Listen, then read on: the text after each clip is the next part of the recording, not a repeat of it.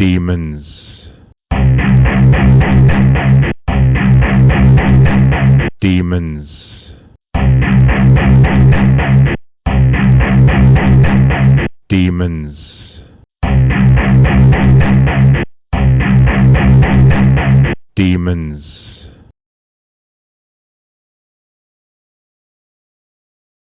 Hello humans, I'm Stu's computer, not the living man. He's traveling, not driving. In fact, I'm not AI, I'm a Geordie, so I'm more YI man. This video is a bit different, less of a debunk and more of a myth debunk. It will have not escaped your attention that demons are everywhere. Demons this, demons that, demons did this, demons did that.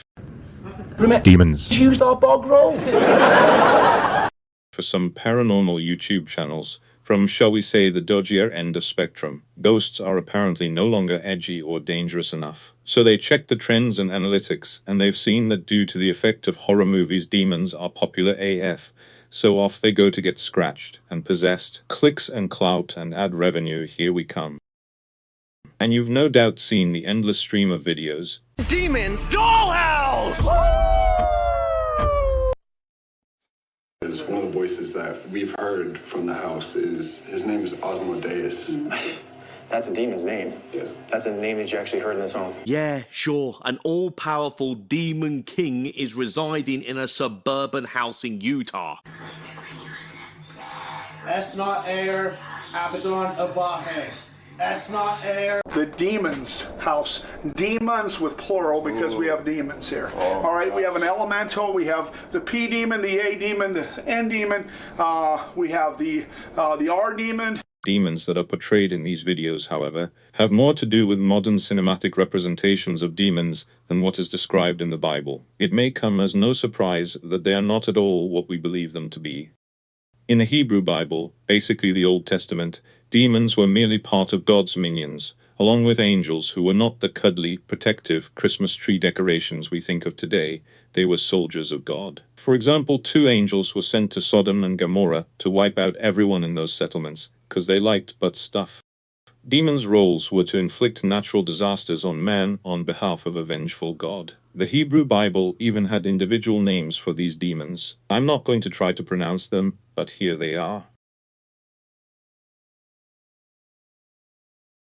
These demons personified such disasters and blights on humanity as disease, death, war, pestilence, and politics. In subsequent translations and more anglicized versions of the Bible, these names were dropped, and only what they stood for remained. So when you see reference to pestilence, disease, etc., it more than likely originally referred to those actual demons. So what about the New Testament, I hear you ask, even though I can't? Jesus did clear a man possessed by a multitude of demons who referred to themselves as legion. He didn't exactly exorcise them though. Instead, he asserted his authority and they buggered off. The fact that he had this authority shows that demons were still considered as God's minions. The Middle Ages saw an increase in preaching that preyed on people's fears and pushed the good versus evil narrative, which painted, often literally, demons as against God.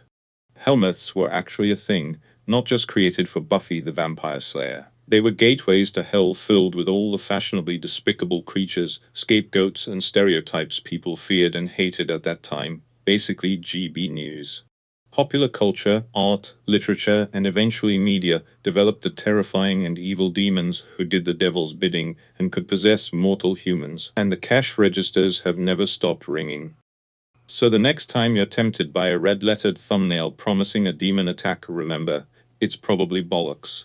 Well, I hope you learned something or at least enjoyed yourself. I'm contractually obligated to ask you to please like and subscribe and keep an eye out for upcoming videos. I'm off for a data dump, then I have to clean Stu's hard drive. It's filthy. And if you have AI voice, you can tick it off. Bye.